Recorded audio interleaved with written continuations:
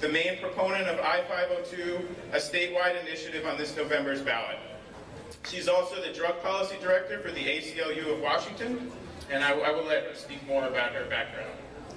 Speaking second will be, Douglas Hyatt has spent the majority of his career serving as a public defendant. It's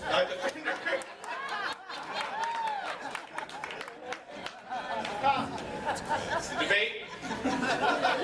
Most recently with I know many people hear that as an accurate description, so we are among friends and family. Most recently with the Northwest Defenders Association in Seattle and the Skagit County Public Defender's Office. Mr. Pete Holmes is Seattle City Attorney. Who here lives in Seattle? This is your city attorney. He's here to say we should legalize marijuana. You deserve a round of applause for that. You can go to a lot of major cities in America and not find a public official who's going to come to the Medical Cannabis Cup and talk about legalizing marijuana and answer your questions. So we're really appreciative to have him here. And last but certainly not least, Jeffrey Steinborn graduated from Yale Law School in 1968 and has practiced law in Seattle ever since. He's a member of NORML's board of directors and somebody who has been defending marijuana users for many decades. And let's just have a big round of applause for everybody here.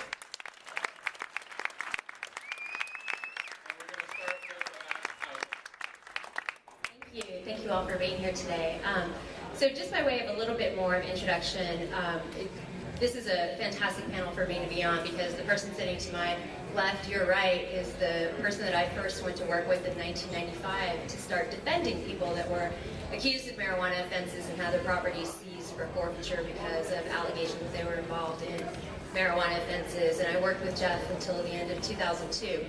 Before going out on my own for a couple of years and then joining the ACLU in 2006. And Douglas also worked in Jeff's office for part of the time that I was there, so it's fun to be debating this issue with these fine lawyers that I've worked with in the past. And I just want to reiterate what Bean is saying about the fact that this is just one moment in a very long trajectory of marijuana law reform. And you are not going to hear either Pete Holmes or I say that I-502 is what legalization is supposed to look like. What you will hear us say is that I-502 is designed to pass and is designed to change the conversation from are we going to legalize to what should legalization really look like. And that's how it was drafted, was to get a majority of the voters of the state of Washington to keep us moving in that direction, to make it easier for us to push back against the injustices, but to get us beyond the status quo.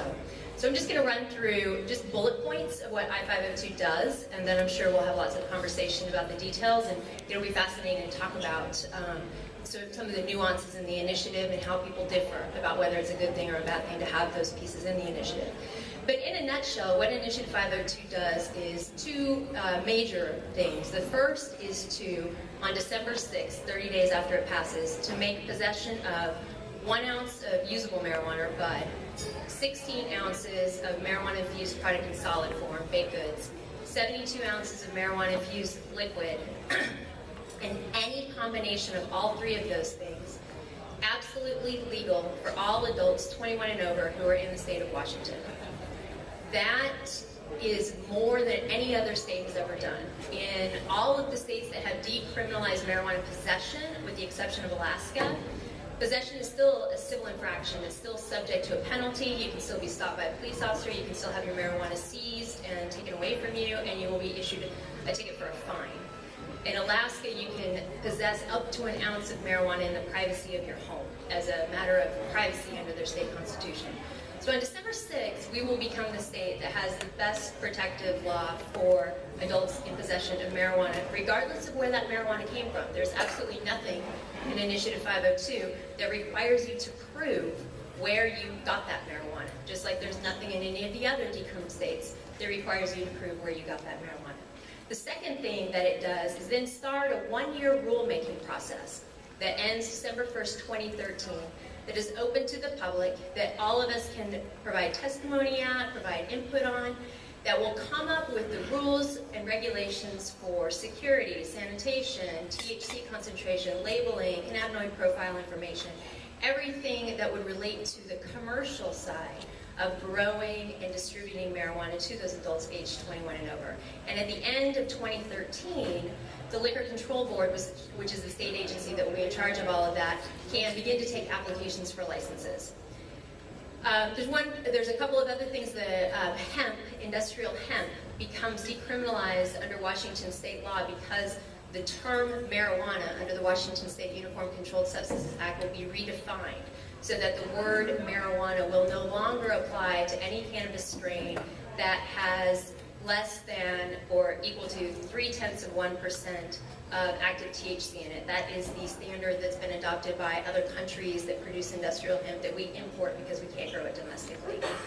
So those are kind of the big, broad brush pieces of Initiative 502, and I look forward to talking more about the details as we go on.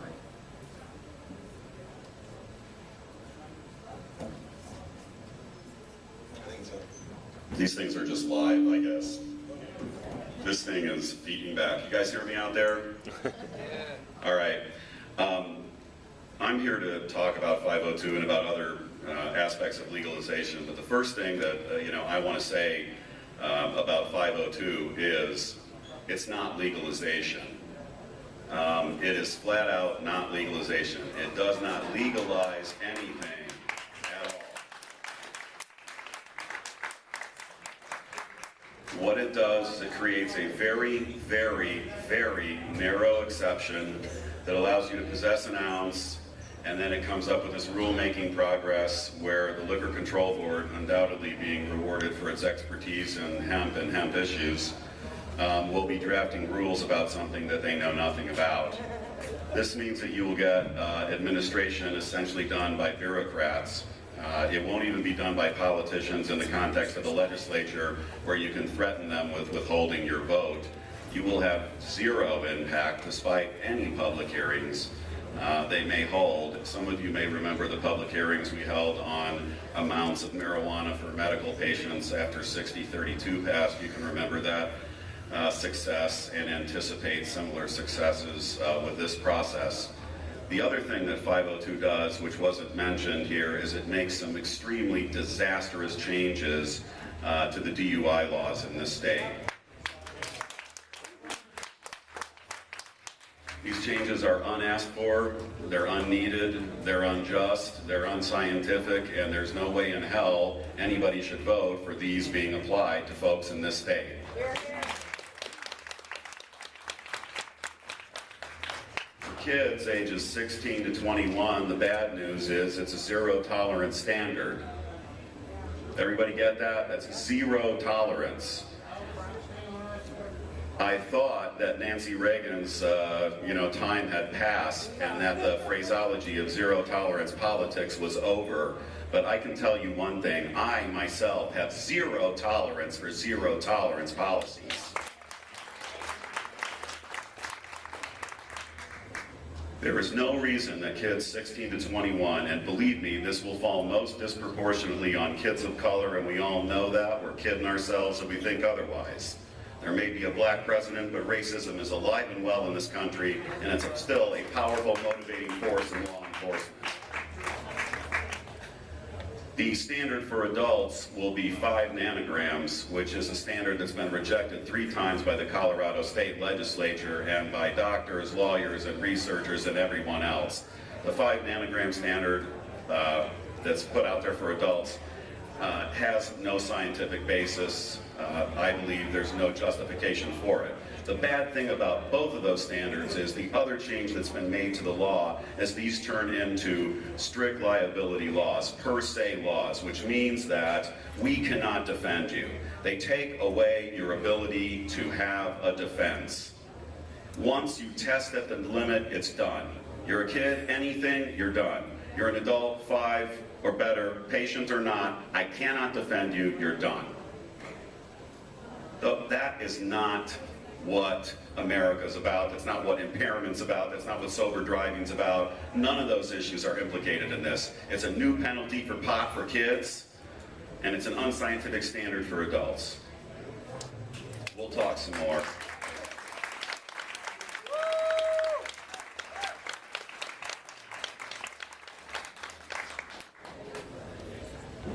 Is this on? Can everyone hear me? Hi, everyone. I'm Pete Holmes. As the MC said, I'm your city attorney. I ran for office in 2009, and marijuana possession was one of the big issues on the campaign trail. And I made a promise on the campaign trail simply to no longer prosecute possession cases if I were elected. And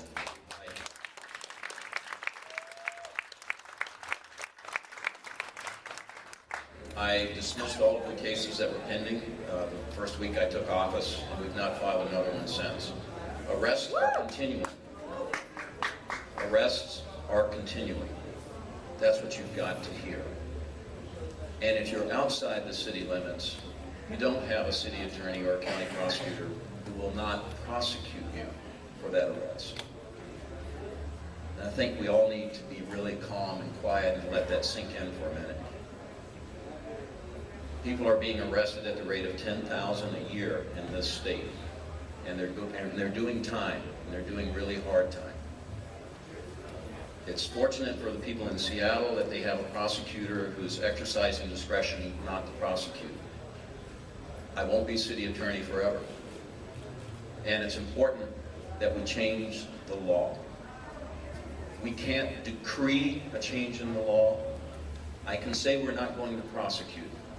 But no one person, not Douglas, not Jeff, not Allison, not me, can make a statement and say that shall be the law from henceforth.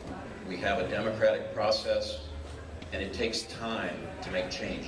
Everyone in this room knows how long, how hard the battle has been. We have one ballot measure in Washington State this year, and one only. It's not a choice between two. You have one opportunity to vote to advance the cause of legalization, of taking a full frontal assault on federal prohibition, which is our common enemy. And that's Initiative 502. It's happening in 2 other states at the same time. And it's important that we help to pass all 3 measures. All 3 will send an important statement to Washington, D.C. that the people have a better idea that prohibition has failed. The only thing you have achieved is to fill our jails, make us the #1 jailer nation on the planet. You have enriched violent criminal cartels, and you have deprived local governments of revenue. You've deprived local agricultural industry of a source of income, and it's just wrong. 502 is not perfect, but it represents a strong statement that the voters can understand. It's wrong for the government to tell private adults what to do in private. If they're not harming someone, if it's not a public safety issue, the government has no business criminalizing adult behavior. The government does have a responsibility to keep people safe. And 502 tries to draw that distinction. It tries to provide a legal, safe place for adults to buy marijuana, and it tries to reassure a skeptical public that you will not be harmed with stone driving or youth that are using marijuana too soon. That's what 502 is trying to strike, and that's the option that we have to advance the ball in November, to vote yes on 502 and move this ball much further down the road. So that's all I want to say for right now, except that I do want you to remember that silence that we had at the very beginning. This is popular in Seattle to talk about legalization, and we can all sit here and we can be pretty smug that we're in a bunch of a room with like-minded people. But we have a chance that this is going to go backwards, guys. And if you think it's easy for me just because I'm the city attorney in Seattle, that I haven't gotten a load of shit for saying we're not going to prosecute people, you are naive beyond belief. So keep this in mind. We have got to make real change in the law, and that's what 502 is trying to achieve. Thank you.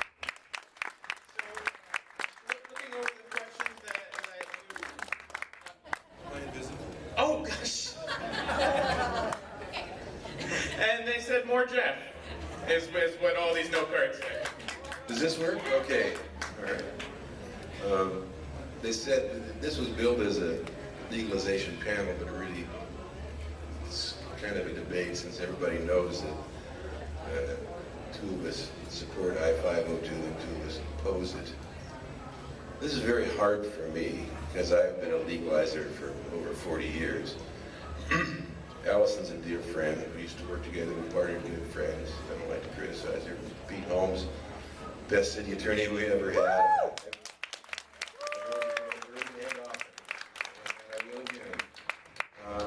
I don't like to disagree with them. And I'm taking a lot of shit from my friends on the Normal Board of Directors because I've dissented from Normal's position about this. But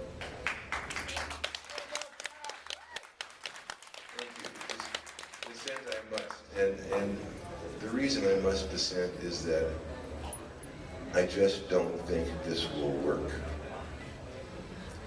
And that comes from my experience, 44, 45 years of meeting the people who are getting busted every day. I meet them, you know, sometimes 5, 6, 7 a week over 44 years. I see what happens and I see what happens to them.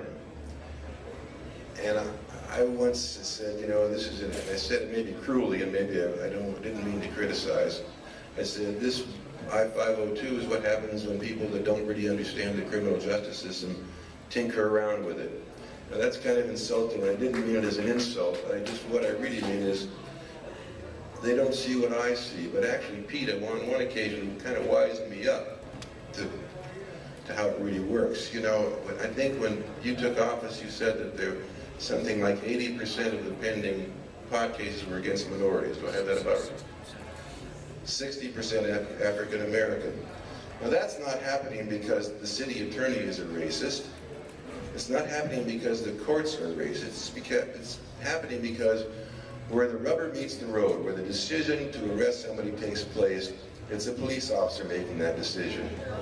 And they make racist decisions. Remember, we got a pretty good police force, and yet this is the same police force where a guy who not long ago threatened to beat the Mexican piss out of somebody, he's still on the police force. So we got to realize what's going to happen in practical terms when this law goes into effect. Now, in my years of doing this, I was thinking back last night, I don't think I can think of even 2 or 3 misdemeanor cases that arose anywhere but in a car. In the car is where you get busted for misdemeanor pot, period. They don't come to your house. They don't come to your hotel unless you really fuck up. They get you in the car. Okay, so what's going to happen when this law passes? You're pulled over, the car smells of pot. Well, officer, this ounce is all I got. I don't believe you. Get out of the car, get down in the mud, I'm going to get a dog and search your car. Well, then they search my car and they don't find anything else, but the car smells of pot. Maybe my tongue was green, because the next thing that happens is instead of getting a possession charge, which carries a mandatory day in jail, I get a DWI charge. And if I'm like most of you, I may not be impaired, but I'm sure as hell not going to get below 5 nanograms. So the burden of the criminal process is shifted from simple possession immediately to DWI. It's going to be the same people who get busted for possession. Instead, they'll be busted for DWI. Now that is how the criminal justice system works. That's how it works. To think otherwise is to indulge in fairy tales, I think. So, the other reason I don't think this is going to work, I've told you, the DWI is going to be a problem. The legalization of an ounce isn't really going to save anybody from being busted. But the other thing that's wrong with this, in my opinion, is that no one's going to play. Now, we can debate this, but when you think about taxes, regressive taxes at 25% at each level of distribution, you know what a regressive tax is? That's a tax that impacts the poor more than the wealthy, like a sales tax. We got 75% compounded regressive taxes, plus anybody who wants to play in this game and be a manufacturer, a distributor, or a wholesaler is going to have to pay their federal taxes. Now, under Section 280E of the IRS code, when you're doing something that's illegal federally, you don't get to deduct anything, nothing, not the cost of the product you sold, not your taxes, not your rent, not your salaries. So you've got to pay taxes on your gross at every level, the grower, the wholesaler, and the retailer. Now, I just don't see how it's going to be possible to put pot on the table in front of a consumer for less than about $500 an ounce. I don't see how it's going to be possible. So who is going to put their name on a list that must be turned over to the federal government? That same federal government has gone around the country shutting down dispensaries, even though they say they're not. That same federal government that when we had a medical bill that's very similar, said if you do this, you'll be subject to the full spectrum of civil and criminal prosecution by the feds. Who is going to put their name on a list that subjects you to, if you got any employees, if you got 4 employees, you start at 20 years under federal law. It's called a CCE. Who's going to put their name on a list for the right to sell state legal pot at twice the going market rate? That's why I don't think it will work. So I have to respectfully disagree. Based on my experience in the criminal justice system, I don't think it's going to work. If it would work, I'd say, well, maybe Seattle should take one for the movement. But it won't, and so we shouldn't. So now that we have heard from everyone on our illustrious panel, at least once, looking through the questions that you guys have submitted and following this online and talking to the people I know here, it seems that the most contentious issue is in regards to the driving and the DUID. And so I'm going to ask the same question 2 different ways, and I'm going to ask it to our pro side first. And so when I ask you guys, my question is, why would this be something that we would include in our own initiative? And what assurance can you give people that what we've just heard about